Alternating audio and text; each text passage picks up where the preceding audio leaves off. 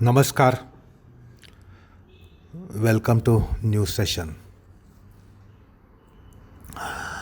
We have been considering the education in uh, classical times, Vedic period, and then even post-Vedic period, before the invasion of uh, the Western culture. We had our own educational system. So the traditional, conventional, the education which was coming through Guru Shishya Parampara was being considered. And I was telling you about those Vidyasthanas 10 and then 14, like Vedadhyayan, Rigved, Yajurved, Samved, Atharvaved, Gandharva Ved, Ayurved, Dhanurved, Sthapatya Ved. So Vedas and Upavedas, these were being studied. Then there were Vedangas, of which I gave you brief introduction. Shiksha, Kalpa, Vyakarana, Nirukta, Chanda, Jyotish. And then Upavedangas, which were Nyaya, Vaisheshika, Sankhya, Yoga, Mimamsa, Vedanta. So in studies of Vedas, one studied the Samhita part of Vedas, the Brahmana part of Vedas, the Aranyaka part of Vedas. And Aranyaka part of Vedas contained Upanishads. Now we are all well aware of the fact that Upanishads have enormous wisdom source. Spiritual knowledge or Adhyatmic knowledge or Paramarthic knowledge, all that is available in Upanishads. Upanishad is huge receptacle of essential knowledge which has eternal validity. Otherwise, many subjects come and go. But the Upanishadic wisdom has eternal validity, eternal value, insofar as Jnana is concerned. That doesn't change in any generation and in any eon. Jnana is Jnana. Now, apart from this, in order to open out the wisdom of Vedas and Vedanta, that means Upanishad, we had Itihasa and Purana. Itihasa is not merely history, because in Itihasa we count Ramayana, Srimad Ramayana and Srimad Mahabharatam. This is counted in Itihasa. It's not merely historical account. Again, both Srimad Ramayana and Srimad Mahabharata are ocean of wisdom, enormous wisdom is available through texts called Itihasa. So traditionally, Itihasa is not just history, because today history is called Itihasa in vernacular language. But the concept of Itihasa was different.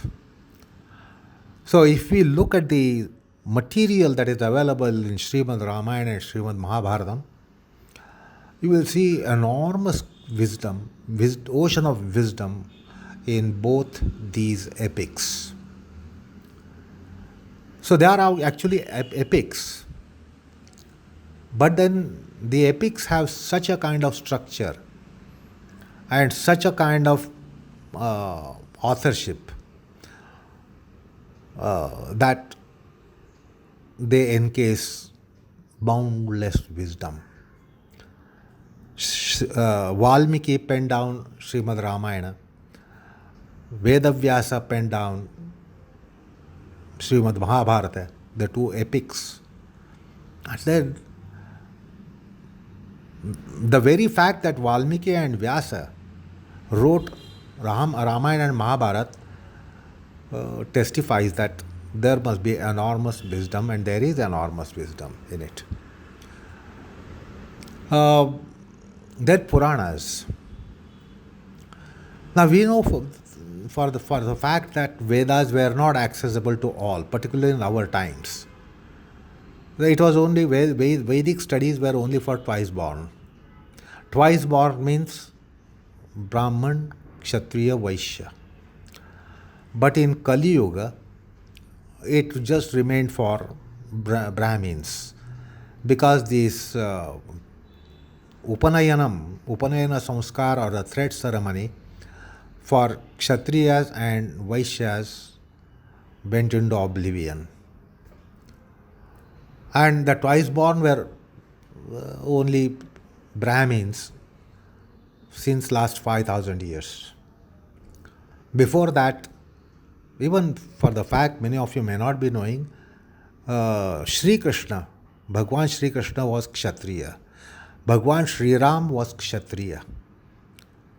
But that was the time when Vedadhyayana was very much for them. So the Traivaranikas, they were called Traivaranikas, and they were entitled to go for studies, and they were going for studies of the Vedic kind of academy, where Veda Shastras were studied. But since 5,000 years, since the advent of Kali Yuga, with the Kali Dharma, the only Brahmins remained as twice born, and Upanayana Samskar was only for them. And that's why the Vedic studies were only limited to Brahmins. However, in order that others be not deprived, a provision was made. All the Vedic wisdom, essential Vedic wisdom, is available in Srimad Ramayana, Srimad Mahabharata, and Ashtadasha Mahapuranas. And it got more simplified actually, because to understand Vedic Sanskrit is far more difficult than understanding Sanskrit of Ramayana, Mahabharata, and Puranas. So that because that was Vedic Sanskrit, and then this was contemporary Sanskrit when Puranas were written. And then the saintly literature, the greatness of this Bharata Bhumi is that every region of this nation, this country, gave birth to countless saints in all various generations, and they all provided lot of wisdom literature, saintly literature, and it's all Vedic wisdom which is available in saintly literature. So actually no one was deprived of Vedic wisdom. The formal education by Shiksha, Kalpa, Vyakaran, Nirukta, Chanda, etc., it went away, no doubt about it. But the main wisdom matter was transmitted through all this literature. So even if the Vedic studies went away, if the that classical approach went away, yet the wisdom was available through all this. We had wonderful tradition for all these 5,000 years, because Vedic period was before that. Before Mahabharata time, it was Vedic period. After Mahabharata, which took place at the end of Dwapara Yuga, and then there was onset of Kali Yuga, and with Kali Yuga all that went away. As a matter of fact, before Mahabharata time, there was only one Veda. There were no four Vedas. It was only one Veda. It is Veda Vyasa. Dvaipayana Vyasa divided Vedas into four, knowing that the capacity caliber of Kali Yuga generation would be very poor, and therefore it was divided. So division of Rug Ved, Yajur Ved, Sama Ved, Atharva Ved is all post Vyasa division. Vyasa divided for our convenience, and that's how they could be preserved. Otherwise, before that time, before the advent of Veda Vyasa, before the Dwapara Yuga, it was only one Ved, Ekayatanam Veda. Veda was only one in the time of Rama, and then before the time of Treta Yuga, in Satya Yuga, and then previous cycles, etc. It was only one Veda. Anyway, so that formal process we just now saw as the 10 Vidyas and then 14 Vidyas and then 24 Vidyas, etc. That formal way was not there in Kali Yuga. But then the Kali Yuga generation was not at all deprived, because we had a lot of saintly literature which was quintessence of Vedic wisdom. Then Srimad Ramayana and Srimad Mahabharata. So all that wisdom which is need for human evolution was available through the literature that was available to us since last 5,000 years. So therefore we were not deprived, because in the two sessions that I told you today, you might say that, well, it's all obsolete, it is all outdated, now it's not even available, even if you want, you can't get it. Who is going to teach you Shiksha, Kalpa, Vyakran, Nirukta, Chanda, then Upavedas, Upavedangas, etc., etc. So all those Vedic Vidyas were in Vedic period. But all the quintessence of all that wisdom was transmitted to us, and it is available to us. So therefore, we don't have to be hopeless about it, or we cannot be finding an escape, saying that now Gurukula system has gone, and that educative system is perhaps sounding obsolete to modern man, because you will not be able to get any economic activity or any such thing by carrying out those studies. But however, that is all available. The quintessence of all that has been kept for us, has been preserved for us, has been transmitted to us by whatever literature we have available today in our culture. So to repeat, Ashtadasha Mahapuranas, Upapuranas, then Srimad Ramayanam, Srimad Mahabharatam, and then the saintly literature, Ramcharitmanas in the north, and then in Maharashtra, we have Gnaneshwari, we have Amrutanubhav, we have Tukaram Gatha, we have Eknathi Bhagwat, we have got Dasbodh, Tukaram Gatha, etc. And such literature is available in every vernacular language. Every region and state in India had saints, and they had their literature. Down south, we have so much of Tamil literature, Kannada literature, Dasa Sahitya in Kannada, and in all the languages. You name any language, in every language you have it in India. So anyway, that has been transmitted. So whatever two sessions I gave you about telling you about that, you might think that now to have that back is utopian idea, to have back the Vedic form of studies. But anyway, the thing is that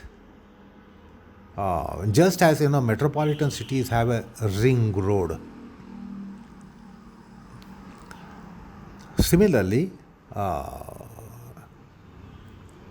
there is ring road to this mundanity,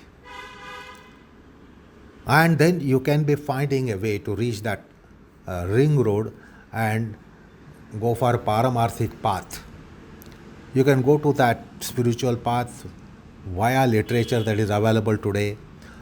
Shat Shastras are there, that is Shat Darshanas are there. Upanishads are available today. Bhagavad Gita is what is not there in Bhagavad Gita for spiritual evolution. Now that is one Bhagavad Gita. Bhagavad Gita is one, but then there are so many Gitas.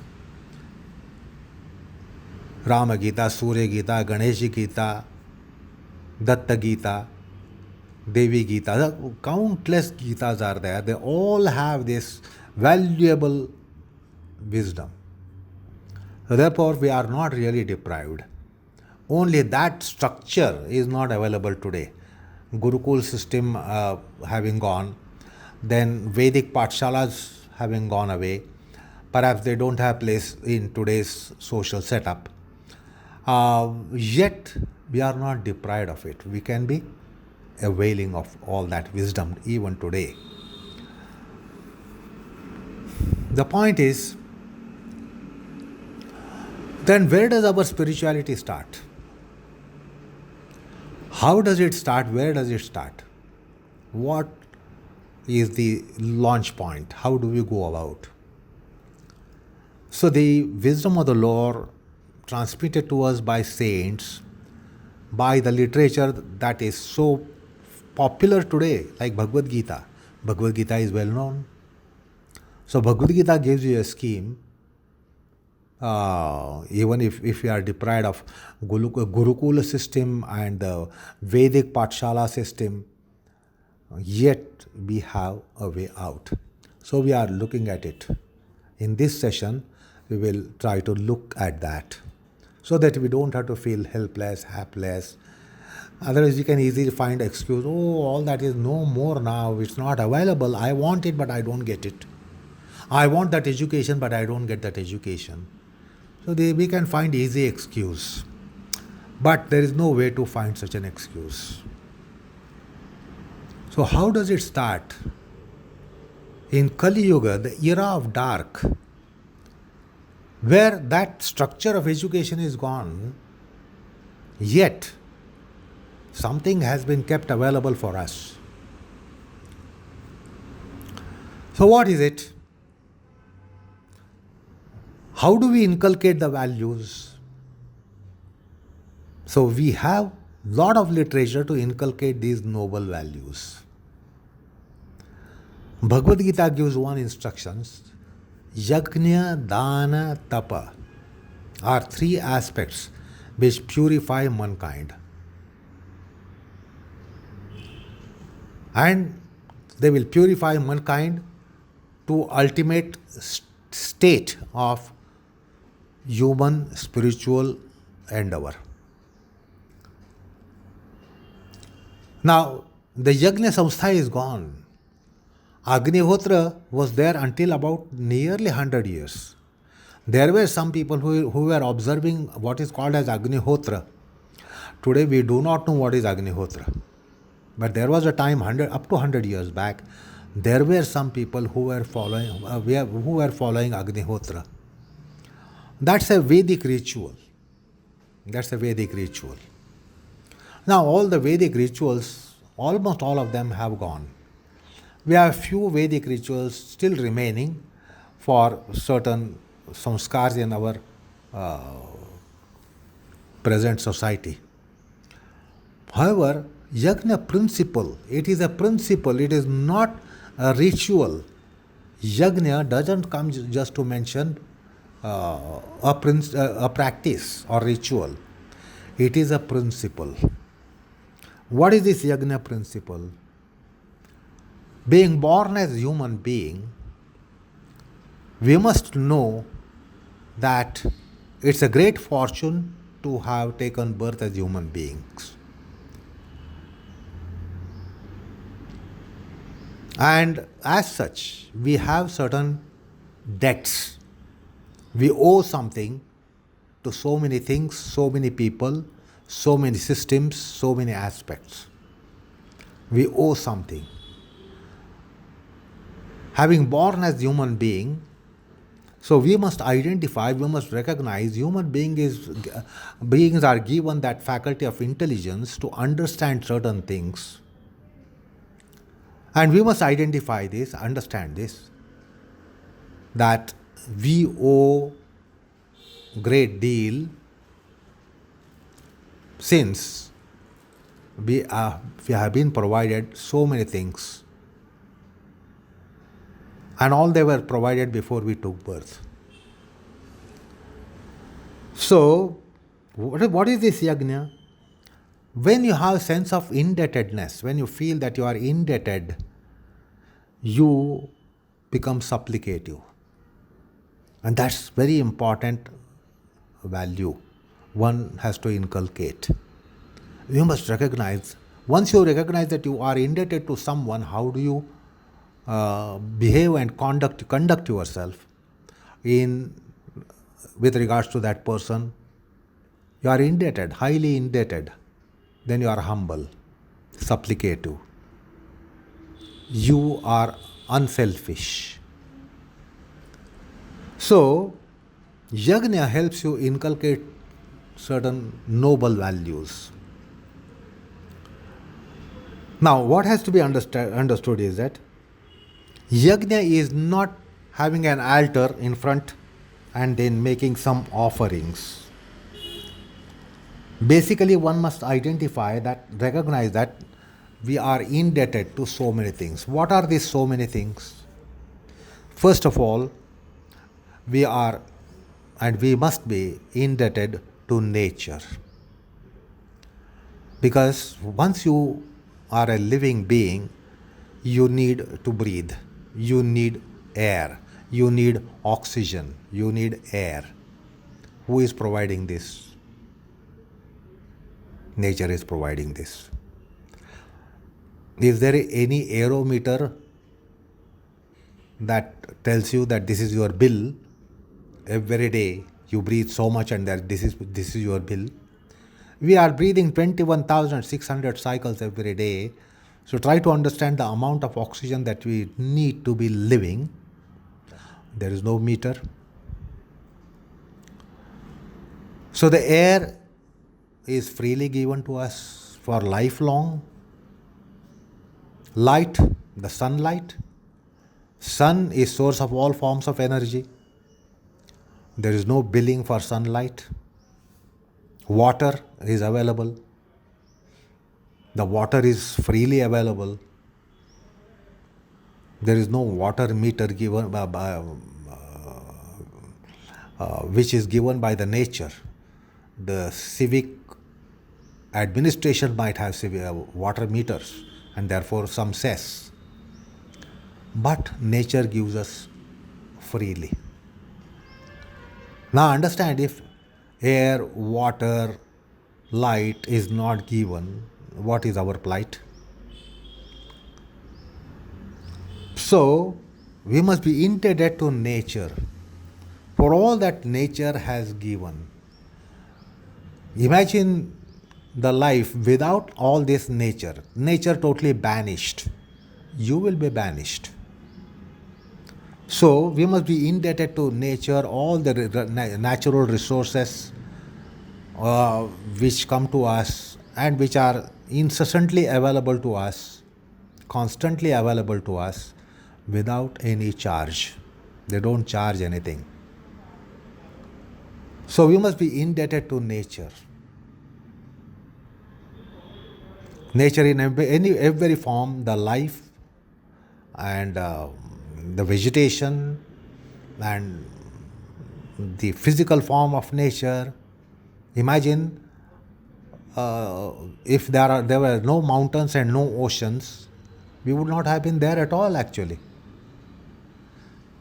So all that, the whole structure of nature, physical nature, gives us so many things. So we must be indebted to nature. And therefore, this very with indebtedness, we will be having a sense of offering. You don't have to offer in the form of oblation, but just this indebtedness, there is some offering that takes place. That's the yajna principle. We will have this sense of indebtedness, and therefore we will offer our selfishness. We will offer our tendency of the flesh. We will offer our pettiness. We will be offering our what you call pride and arrogance by being humble. So that is yajna principle, offering principle. We certainly offer once we realize the value of these our creditors. Nature is our huge creditor, and then we will be indebted to it enormously. And therefore, the very sentiment of that, it is a yajna. We offer so many things. We offer our craze, we offer our passions, we offer our selfishness. So that's the kind of oblation in yajna principle. So we will be indebted to nature. Similarly, we are indebted to society. Before we were born, health services were available, educational services were available, social, civic services were available. So many things were made available by society before we were born. So our previous generation societies provided so many things to us, whereby our life is comfortable, whereby we are able to live our life easily and comfortably with amenities. So we must have indebtedness to all the generations before us for having provided all these services available, all the civil amenities which are available to us. The society decided to have all this, and then they gave us roads and schools and colleges and whatnot. So we should be indebted to society. We should be indebted to our parents. We should be indebted to our ancestors.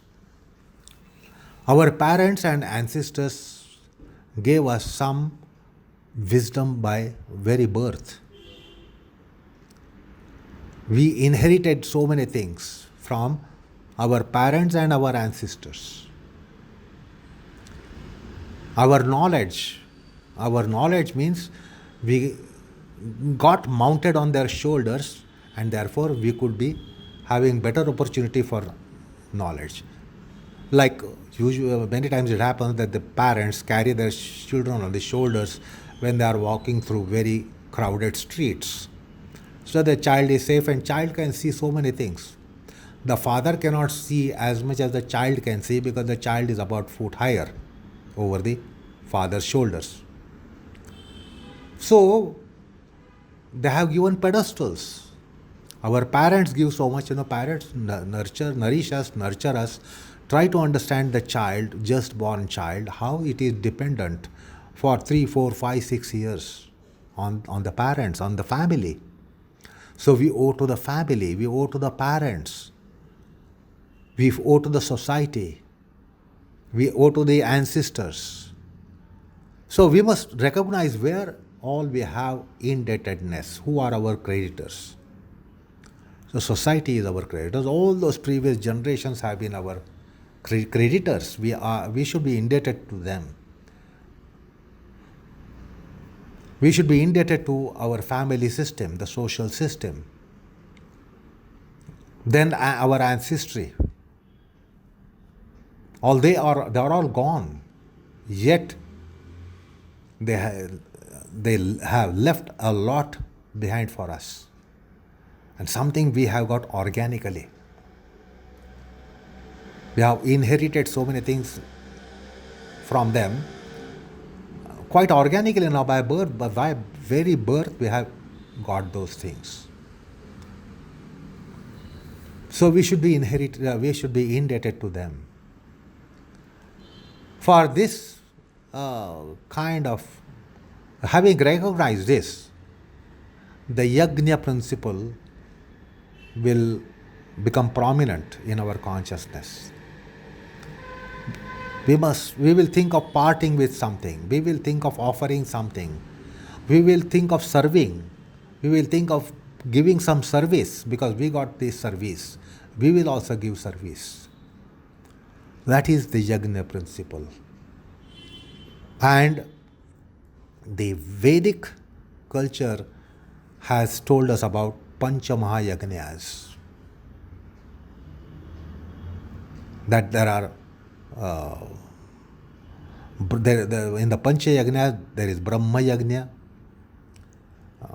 Deva Yajna, Pitara Yajna, Bhuta Yajna, Manava Yajna. See, we are indebted to even all the beings. It is said that if all the birds are extinguished from this planet, if all the birds are extinguished from the planets, man will not live for more than 9 hours. Man will perish if all the birds are gone. What's the relationship? The birds are intaking all the poisonous gases which are in the nature, which are coming even from the sunlight. So they are inhaling all the poisonous gases. And then if they are vanquished, if they are finished, if they are banished, then we will have to inhale poisonous air, which will be fatal. Now, this is the fact given by modern science. So, all this, that's why we are saying that preserve flora and fauna. Ecology, ecological balance. Today we have this concept of ecological balance. So, all those animate things have to be on the planet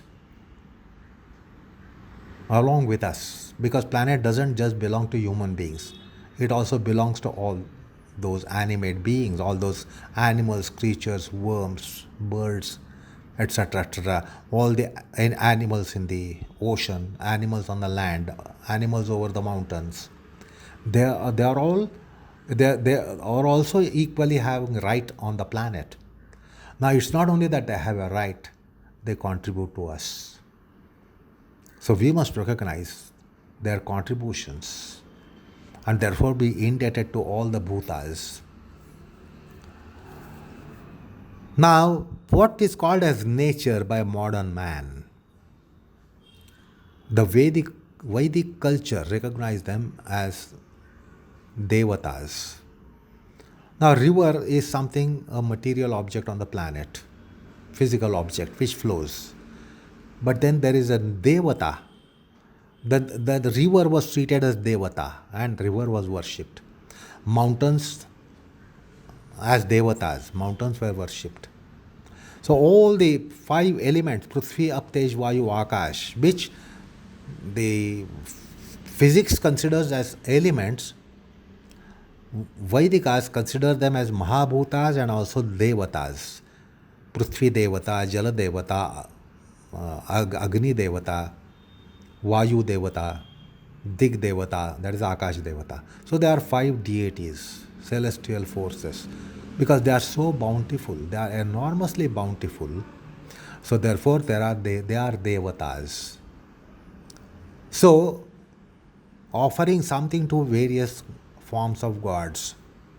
The gods manifest in many forms. Gods even manifest in the forms of noble beings who are bountiful to society. They are almost forms of gods, noble people, saintly people, good people. what we call as good people, they have divine particle exalted in them. So that's why there is a concept of devatas, deityship, and therefore offerings to deities. The sun is not just a star, it's a Surya Devata. The moon is not just a satellite of the earth, it is Chandra Devata. So also the Mercury, the Venus, the Mars, all these are Devatas because there is enormous grace. A profane might think, what is the point if there was no moon?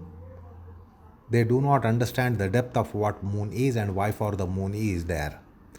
Actually, because of moon, we have all the vegetable world. Aushadhi Vanaspati is from moon. We do not know what the moon is radiating. We just see, look at the moonlight at night. And that's all we say. Well, the moon is there for some, it has reflected light, and we get the reflected light from the moon at night. Sunlight is not just giving that sunlight. Solar energy, we have the concept of solar energy. And the solar energy is getting transformed into all kinds of matters in this solar system. In the solar system, all matter is form of solar energy. So all matter on the planet is transformation of solar energy. This, we don't get the perspective if you look at it as just as a star, 93 million miles from here. And then every morning there is a rise, and every evening there is a set. So we don't understand. We just think that it gives some temperature, it gives some light. But if you try to understand a little bit of astrophysics, you will know solar energy, how many forms of rays are coming. So today we have a clue, even a common man has a clue, ultraviolet rays are coming. They are also coming from the sun, but the nature has created a system that it is not allowed to enter the earth. The ozone layer in the atmosphere or the atmospheric constitution is such, and then ozone layer is preventing the ultraviolet rays to come onto the planet Earth. So there are so many forms of rays are coming. Solar energy comes in so many forms. So little knowledge of physics today tells us about it. And therefore, the sun was considered as a celestial being. It's not a joke that the sun has been there for last 4,500 million years. 4,500 million years without sick leave, without casual leave, without any kind of leave. It has been there. It has been emitting the energy of, countless energies are coming from sun, and it is coming for so many millions of years, so many thousands of million years. So there is something celestial aspect in the sun. It's not only a celestial body, but then there is a devata, Surya Devata. So then it becomes quite spontaneous to go for sun worship. We must wonder what this nature is. And then we will go for, like sun worship, we will go for worshipping all the various deities. We will be worshipping Agni, Vayu, Varuna Devata, that is the water. So these are marvelous forms of energies which are boundlessly available to us, which are incessantly available to us, and they have enormous potentials to turn out various manifestations. Therefore, the Deva Yajna, that is one of the Pancha Yajnas. Brahma Yajna. See, we have been getting wisdom from our ancestors. We have been getting wisdoms from our previous generation and all the previous generations from time without beginning. So ultimately, this wisdom has come from rishis because our origin is in all the rishis. We are all born of rishis. This is revealed by our wisdom. Like we have ancestral head. Ancestral head means it is rishis. Therefore, we have gotras, and the gotras are all in the name of rishis. And the rishis came from four-faced Brahma. So all those wisdom worshippers also have to be worshipped by us. So there's something called as Brahma Yajna. Starting from Brahma, Brahma got the wisdom from Narayana. Narayana was the source of all wisdom. He gave wisdom to his navally emanated Brahma. Brahma gave to his Manasaputras, and then came Rishis, and then came the whole progeny, and that's how out of that we have come out. So Brahma Yajna, Deva Yajna. Bhuta Yajna. Bhuta Yajna means all this animate creation around us is worship worthy. It is worship worthy. We owe a lot. And then we cannot be paying in terms of monetary units. No amount of monetary units will be clearing our debts. It can be only paid through our offerings, by way of supplication, and by way of worshipping them. So there is that Bhuta Yajna.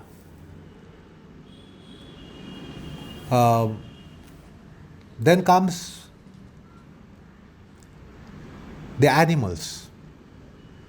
Just as I just now said, ecologically we understand that we are all dependent on all these animals which are on the planet. We should not get behind banishing those. So something should be offered to them. They are maintaining balance. They are maintaining balance in on the planet.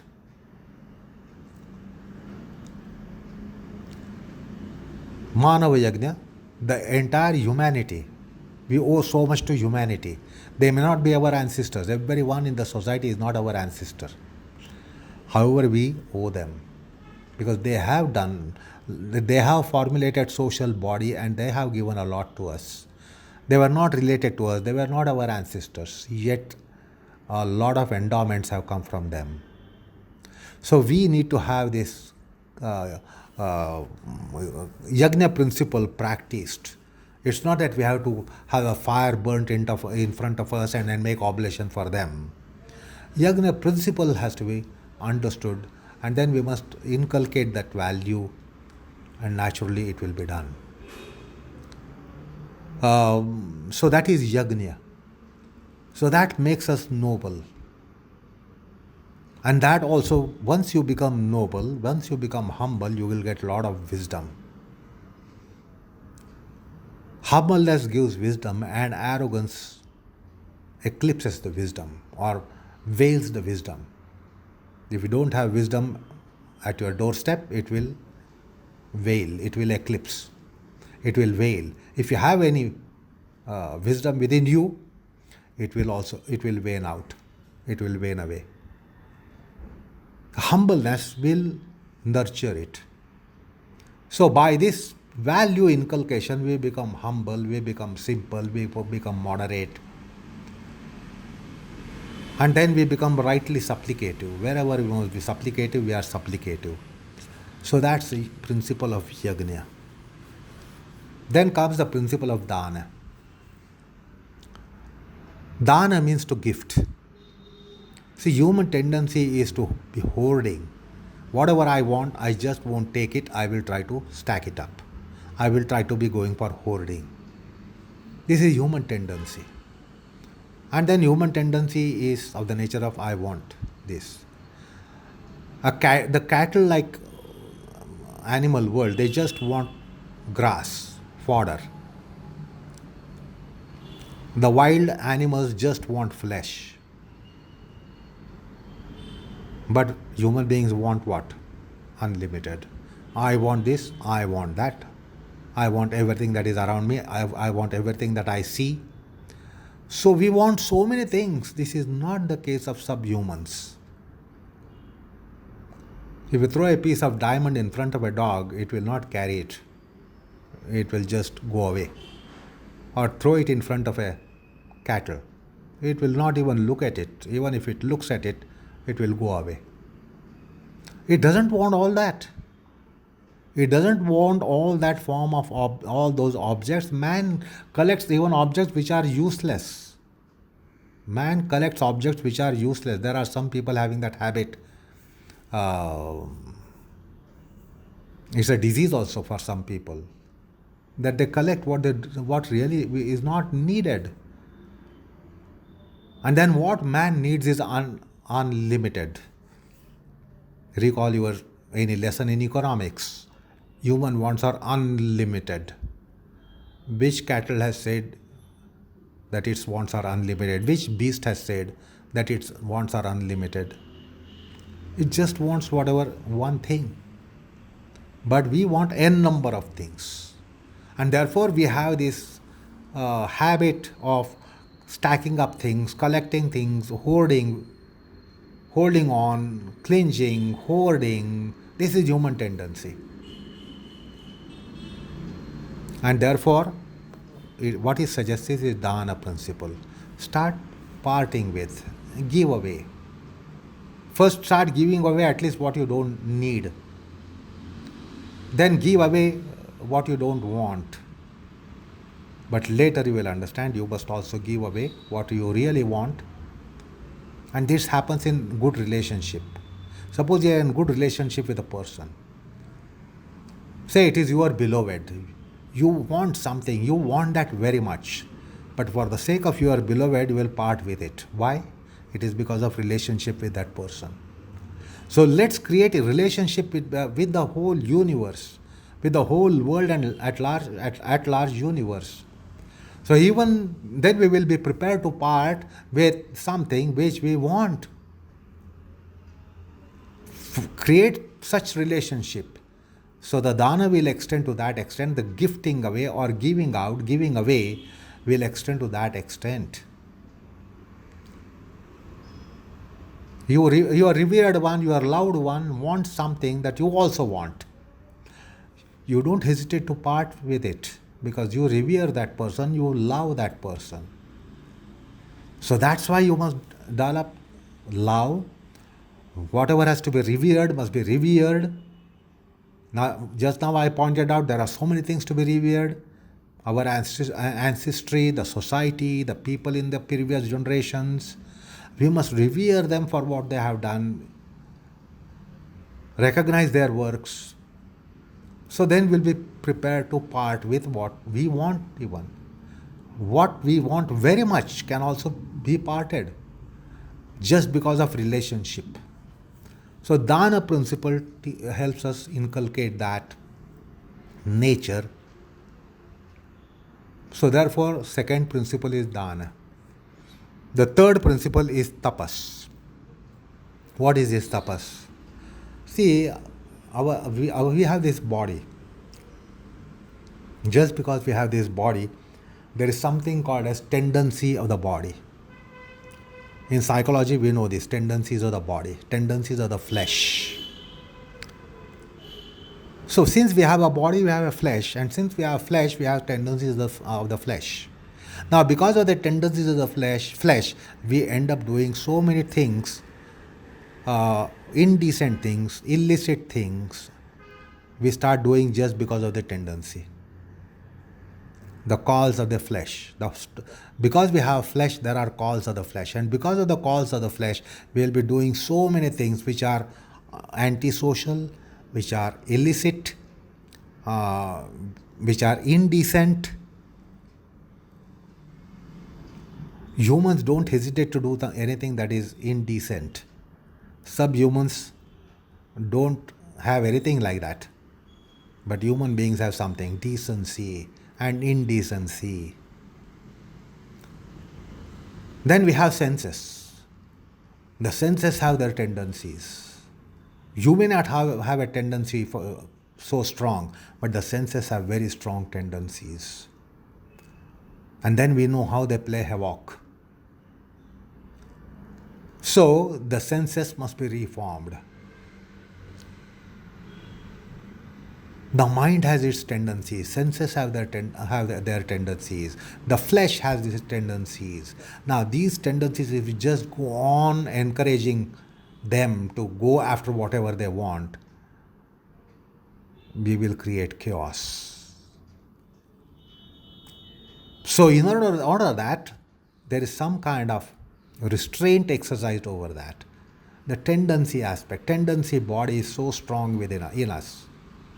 So something should be done to reform the tendencies.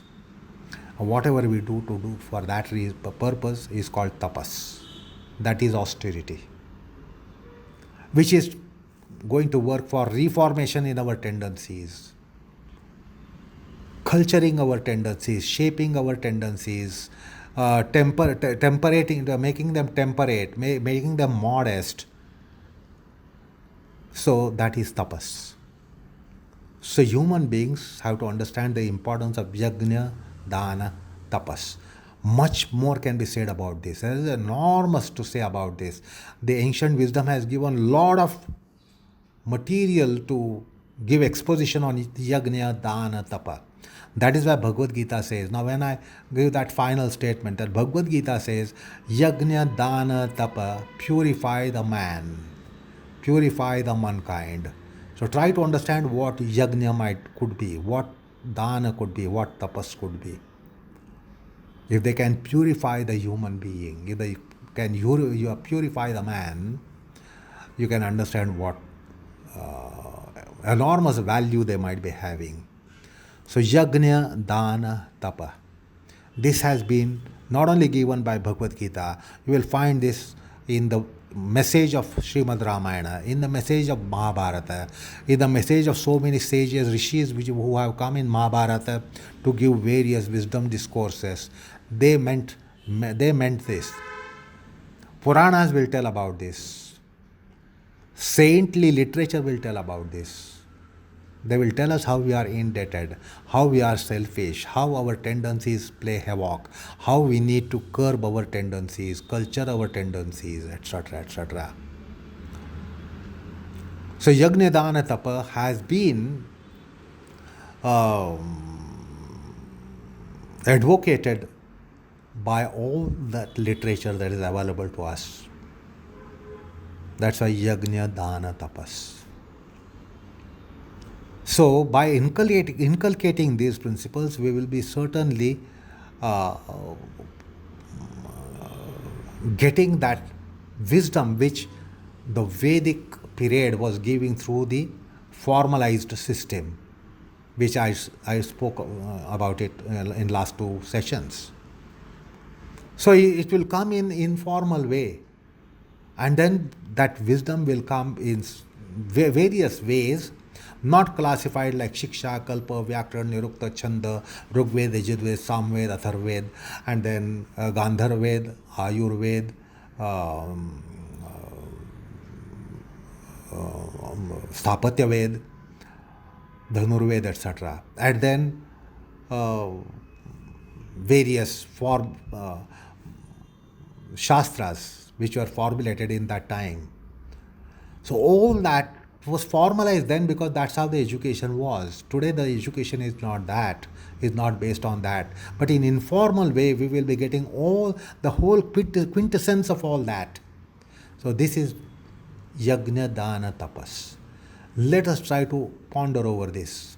Let us try to gather more information about it. Let us try to look into the literature that is available to us and try to highlight Yajna Dana Tapas aspect there. So that will go a great way in giving us that wisdom which formalized academy in Gurukula system of ancient times did. So that is one thing. Yajna, dana, tapas. Then there is another thing, next thing is called Sangatraya. Satsanga, Shastra Sangha, Sadhana Sangha. This is also advocated by the literature available to us today, by the noble teachings which are available to us today. Sat Sangha, Sadhana Sangha, Shastra Sangha. Now what are these? What is this triad? Sat Sangha, Shastra Sangha and Sadhana Sangha. Let us try to understand that. That will also help us and inculcate enormous values. And once the values are with us, the good things come to us. When we have rich values, the good things come to us. We don't have to go to those things. They will come to us. So when we try to inculcate these noble principles, all those valuable things, that valuable wisdom will come to us. The Vedic wisdom will come towards us. It will start coming towards us by practicing yajna, dana, tapas, and now mentioned Sat Sangha, Sadhana Sangha, Shastra Sangha. So what is that?